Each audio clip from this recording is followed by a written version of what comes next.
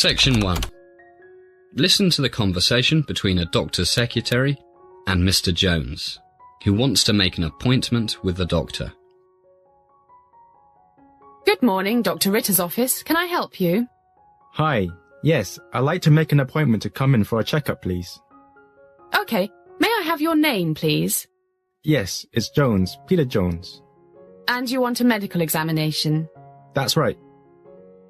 By the way, my name's Rebecca. I'm Dr. Ritter's secretary. Have you seen Dr. Ritter before, Mr. Jones? Actually, no, Rebecca. We've only just moved to Los Angeles 2 days ago. Great. Welcome to LA, Mr. Jones. Thank you. When would you like to come in? Any time this week would be fine. I don't have to go into office until next Monday. Okay, let me see. But first, to see how long you'll need, could you tell me why you need the medical? My insurance company needs it, and my company's, we're in real estate. Medical insurance also wants me to have one. Kind of killing two birds with one stone. Sure is. Insurance companies want a fairly complete examination, so that means you'll have to come in the morning, and don't eat or drink anything after midnight the night before. No problem. Let me see. Would 9 a.m. Thursday be convenient? 9 a.m. Thursday. No problem. Oh, I forgot. We have a meeting with my children's new headmaster that morning. That's at 11. What school is that? Beverly Hills High School. Oh, that's no problem. The whole examination will take about an hour, maybe a bit more, and the school is only 2 blocks from here, a 3-minute walk, so you'll have plenty of time. That's good. So 9 a.m. Thursday. You got it. Now, to save time when you get here, I'll ask you a few questions. Fire away. First, what is your personal medical insurance company, Mr. Jones? Blue Cross. Blue Cross. And how old are you? 46 today. Happy birthday! Having a big party? Not really. We don't know anybody here yet, except for 2 neighbors. I think my family planned to take me out to dinner. A secret surprise, hey? Okay, back to Blue Cross. I'm just checking what they need. Let's see.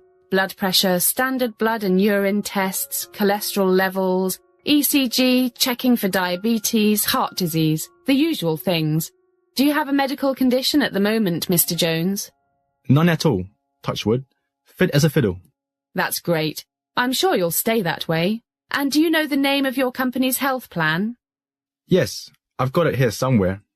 Here it is. The Kaiser Health Insurance Company. Kaiser, yes. They need the same information as Blue Cross. So, as you said, killing 2 birds with 1 stone. That's right. And can I have your telephone number, Mr. Jones? Sure. My cell phone is 13805 56721. 13805-56721. Right. And my home number is area code 805-523-0296. 805-523-0296. And do you have email?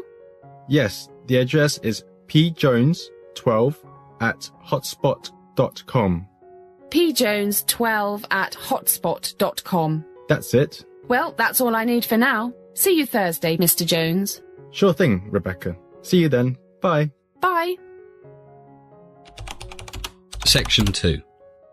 You are going to hear an introduction to a group tour to Australia by a travel company manager. Good morning, everybody, and welcome to Morning Sun Travel.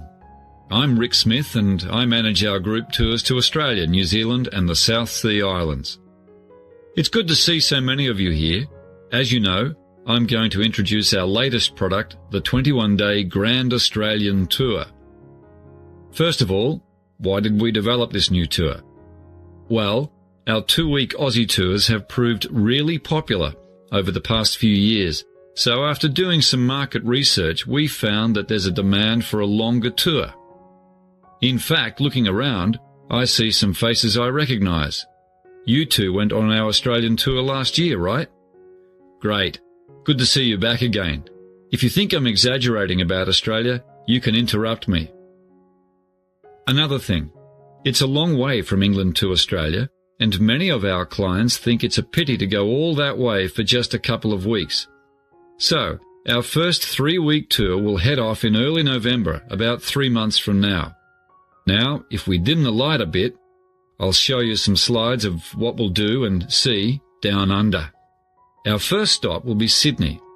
It's one of my favourite cities, and we'll arrive mid-morning and check into one of my favourite hotels, the Five Seasons Hotel, Sydney.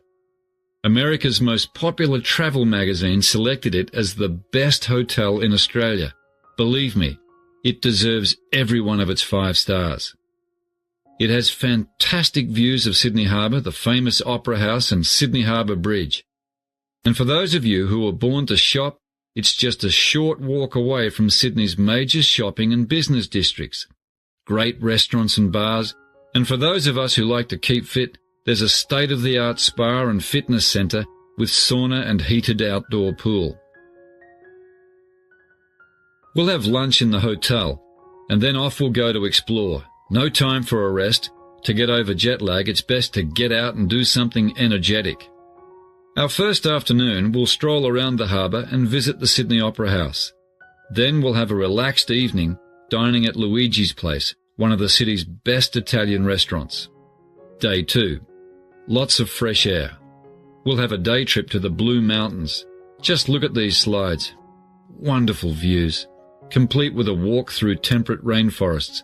And these pictures are Featherdale Wildlife Park, the best wildlife park in Sydney, where you can feed kangaroos, have your photo taken with koala bears, and see over 2,000 different other types of Australian animals, including crocodiles, Tasmanian devils, wombats. Look at this picture of a wombat. Looks like a bear with short legs. And penguins, dingoes and snakes. Lots of snakes. Some of Australia's snakes are the most poisonous in the world. And you can also learn about Aboriginal culture. And, this is fun, try throwing a boomerang. And look at these slides. Australia's Grand Canyon, the Megalong and Jamison Valleys. Incredible. On the way back, we'll get in our bus and stop at the Sydney 2000 Olympic site, where you can see Stadium Australia, the Superdome, the Aquatic Centre, the Olympic Village, and lots more. So, day 2, great day. But that's not all. After that, we'll take a cruise down the Parramatta River, under the Sydney Harbour Bridge, and into Sydney Harbour. Any questions so far? Okay, let's see what we'll be doing on day 3. Anyone flown in a seaplane?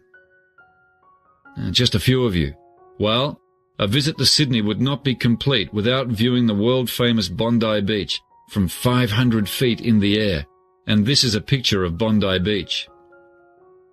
We take off from Rose Bay, which is not far from our hotel. This should be a slide of Rose Bay. Yes, it is. You can see the seaplane taking off. Then we fly down the coast to Bondi Beach. Look at that surf. Returning back up the coast, we fly over Manly and Longreef before returning to the harbour, climbing to a height of 1,000 feet for a vista of Sydney Harbour, which will take your breath away. Look at this slide. And this one. Wow! And then back to Rose Bay. Then it'll be time for lunch in Chinatown. That's a great thing about Australia. It's a country of immigrants. So in the cities you can get just about any food you like. Greek, Chinese, Mexican, you name it. And perhaps you'd like to try kangaroo meat. Very low fat. And after a big lunch, we'll go to walk it off in Luna Park. I can't begin to tell you how much there is to see and do here. We'll just run through a few slides. Picture's worth 1,000 words, as they say, to give you an idea. Hey, I see the coffee's here. It's a bit early, not to worry. Let's all grab a cup now, and then we'll move on to Melbourne, then the Great Barrier Reef, and all the other great places on the itinerary. Section 3. Listen to the conversation between Bill and Anne, 2 students who are discussing the talks they have to present to their social psychology class. Hi, Anne. How's it going? I'm going mad. I haven't even started preparing my talk for tomorrow's political science class. Me neither. I've been so busy looking after my mum. She's still ill? Yeah. The doctor says I should get someone to do all her cooking and cleaning for another week or so. But we can't afford to employ someone to help her. The neighbours are all too busy. It's not that I'm too busy with my other classes. That's really tough. I've got no excuses for not being prepared. Too much time playing computer games. How many times have I told you? I know, but at least I've got a topic. Which is? Well, it's about an experiment in Los Angeles, I think, that I read about in social studies at high school. It's about how wearing a uniform can change people's personalities. This professor got a lot of his students to agree to take part in an experiment during the summer vacation, but he wouldn't tell them anything about it.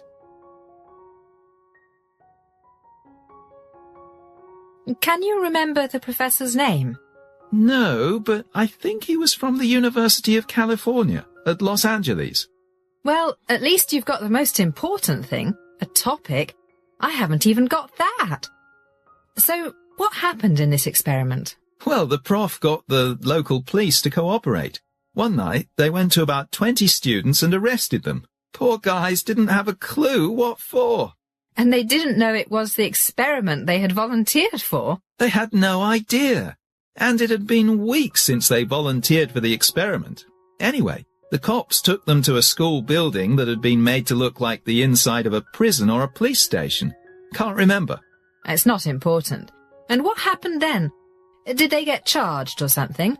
Don't know. They must have been told something, but that's not the main thing. Which was? Well, what they didn't know was that about 8 other students were waiting at the police station, or whatever it was, dressed up as prison guards. Hey, now I think I read about that ages ago. The experiment took place in the early 70s, and the students dressed as prison guards were told to act like prison guards. I've just thought of something. Did the arrested students know the other students? I don't know. I wouldn't have thought so. No, different schools, because otherwise the ones who thought they'd been arrested might have realized it was the experiment they had signed up for. Guess you're right. But then what happened? Remember? Yeah, the guards really got into it and started treating the other guys like they see on the movies, making them do press-ups, cutting their hair really short, not letting them sleep. A real power trip. The poor guys were terrified. Yeah. The experiment was supposed to last for a week, but things got out of control, remember? The guys who thought they were prisoners, not guards, started having nervous breakdowns. Hey, look at the time. I gotta go. At least you've got something to talk about. How role-playing can get real, especially when we put uniforms on. Yeah, and the students were normal, nice guys. Who didn't waste time with computer games. Section 4. You are going to hear a lecture about sales and marketing. Good evening, and welcome to the second class of our Sales and Marketing course. Tonight, and in the next few weeks, I'll be talking about advertising. To be specific, about different types of advertising, different types of message, all of which, of course, are supposed to make your company or your organization, the government perhaps, more successful. Now, please note that I'm not, at this stage, going to talk about advertising media. There are various choices here: radio, newspapers, television, billboards, magazines, and, of course, the internet. It's almost impossible to go into Google or Yahoo or whatever and not find adverts on almost every page. But we'll talk about the various choices of media later. First, I will stress one thing. Advertising can be expensive. Whether you are a small business, an NGO, or a multinational corporation. So it's very important that what you spend on advertising is money well spent, money that achieves your objectives, whatever they might be. The ads must be cost-effective. It is therefore essential to use the right type of advertising with the right message that make it effective.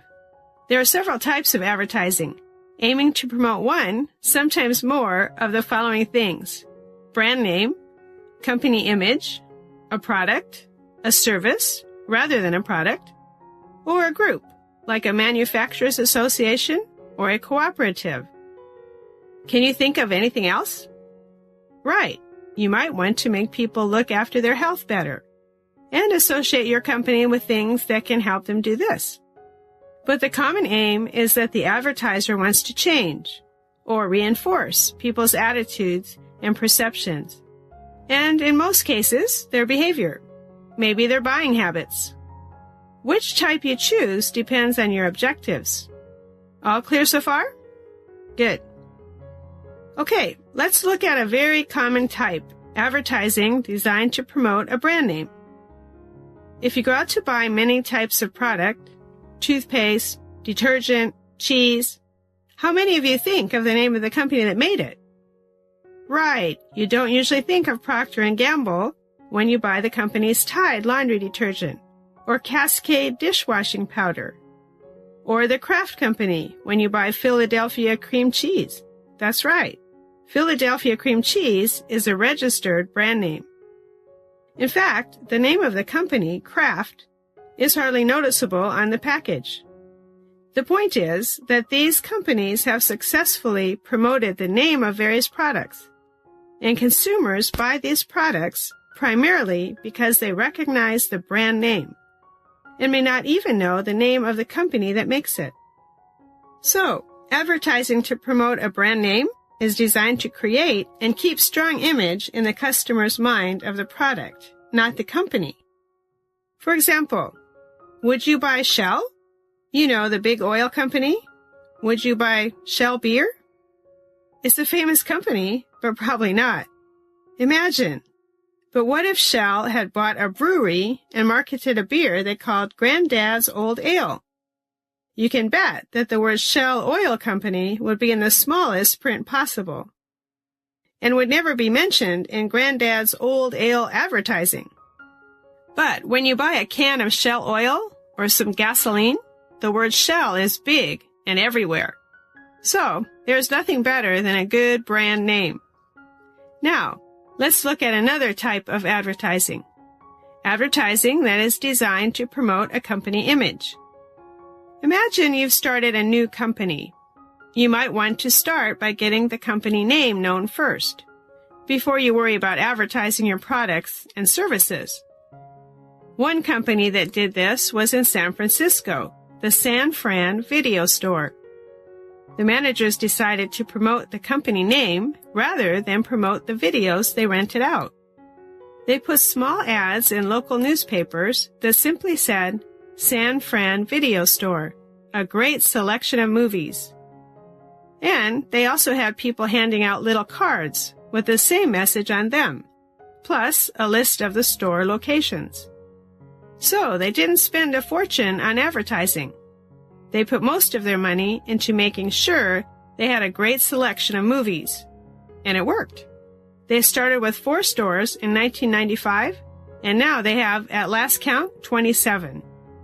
Now, can you think of examples of companies advertising both a product and the company name in the same advert? Come on, you must be able to think of one. What? That's right, a good example. Makers of luxury things like perfume and fashion. For example, when Chanel brings out a new perfume, the advertising message is always something like, Nightlight by Chanel. This almost immediately gives the new perfume a good reputation, because it's by Chanel, and also reinforces perception of the company name. So, the different types of advertising might not be mutually exclusive. The important thing is that the objectives must be clear, mutually supportive, and not contradictory.